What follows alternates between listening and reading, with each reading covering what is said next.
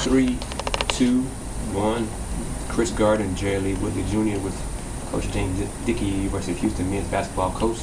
Coach, just talk about this first year, how things, what you've learned the first year at U of H. Well, I'm still extremely excited and thrilled and honored for the opportunity I've got here.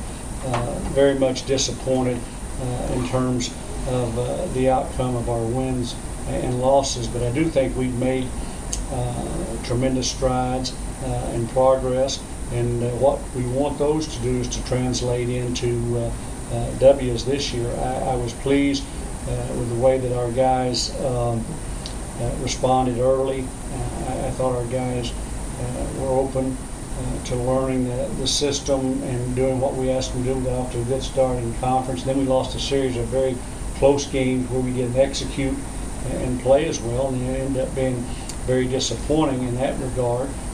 But we're so thrilled about the players that we have returning from last year's team and the newcomers that we have coming in. So we know that it's difficult, and there's such a small margin for error, and you've got to be good every day and in every game, and we're looking forward to that opportunity. Touching on that, let's let the Cougar fans know what to look forward to for the upcoming season. Well, we talked about the guys that are coming back. Darren Thibodeau, who played more minutes for us than anyone did last year. We're really thrilled that Tip's going to be back. Good defender, plays hard, very good three-point shooter. The thing we've emphasized for him after the season and going into the fall practice is working on the mid-range game. His ball handling, using his left hand more, being able to put it on the deck, get to that mid-range, and the other thing, a very good free throw shooter, but not very many attempts, getting to the line more, getting all the way to the glass. So a senior coming back, leadership, plays hard, so we're going to look to him for a lot of things on and off the court this year. Kirk Van Slyke coming back as a junior. He's gotten bigger, stronger, can shoot the basketball, inside, outside player. We certainly wanted him to be more physical, but really a nice touch on the ball. Looking forward to giving him some freedom to give up some shots as well as finish around the basket. Alandis Harris, who played very well for us as a freshman. Coach James really done a nice job with him in the strength and conditioning program. He's trimmed up some. We expect good things out of him. I thought he showed signs of being an outstanding player. Consistency and becoming better defensively. McHale really had a very good spring. We're really pleased with McHale's process. Very hard worker, very dedicated. Working with him on being more consistent with his shooting, his shot. Physical player, can be a good defender, runs the floor. And then even though Joe didn't play last year, he was with us, got to practice, and we think that's a big advantage. Can score the basketball, can really shoot it, and is someone who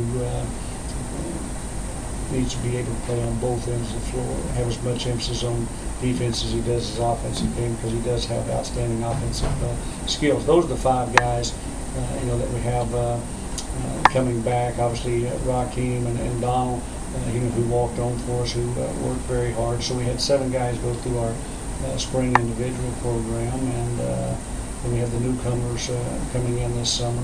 All of them are here now in summer school. Big class. When you count Joe in that class, there's 8. It's 7 that really actually arrived this summer on campus, and we're looking forward to September when we can actually get on the floor. Right now we can't be around the guys. They're doing well academically. They're doing their strength and conditioning program, but we can't be around them as far as when they're doing physical activities. One last question that I have for you. Your overall thoughts on the grinding travel and all that stuff of July recruiting? Well, July is a very important month, 20 days.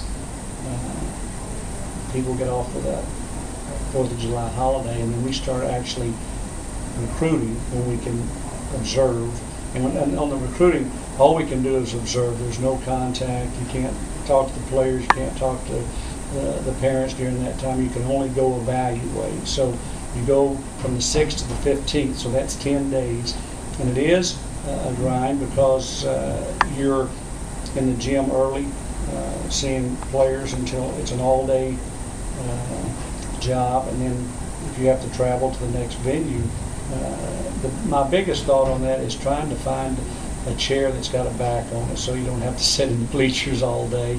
But I love recruiting, and the thing that the first 10 days for me have been very exciting because we have seen some very talented players, high-level players, and we've seen some good games. Now, typically, in years past, the second 10 days, you're still going to see those highly talented players, but they get a little bit tired. They've been playing all year through their high school team, and they start playing with their summer teams in the spring. So sometimes the games are not quite as good the last few days of July, just because players are tired and worn out, and that's starting the end of the 20 days for the coaches, and it gets a little bit tiresome. But we really try to be organized. We know where we're going. We know the players right now that we're looking to see. We know they can play, and we just want to be there and watch them play and stay on top of them and hope that they continue to play well and you see good games while you're there. Okay. Thanks very much, Coach.